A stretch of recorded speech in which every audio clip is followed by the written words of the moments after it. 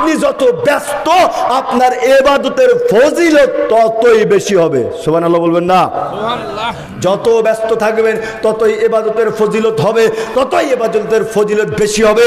আপনি লক্ষ্য করেন, ইয়াজাবু রাব্বাকুম মিন রাই গনামিন ফি রাসি সাজিয়াতিন বিজাবালিন ইউআযিনু বিসসালাতি ওয়া ইউসাল্লি।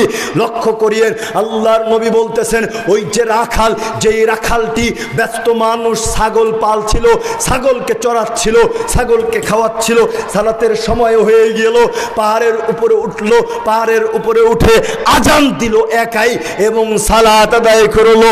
কি বুঝলেন? যত ব্যস্ত হবেন তাতে কোনো অসুবিধা নেই। আপনি ব্যস্ত, একাই আজান দেন, একাই সালাত আদায় করেন, বুঝিয়েন। কিন্তু আল্লাহর নবী বলছেন, পাহাড়ের চূড়ায় রাখাল উঠে আজান দিল, সালাত আদায় করলো। এবারে আল্লাহ তাআলা ফেরেশতাদেরকে ডাক দিয়ে বলছেন, উনজুর ইলা আবদি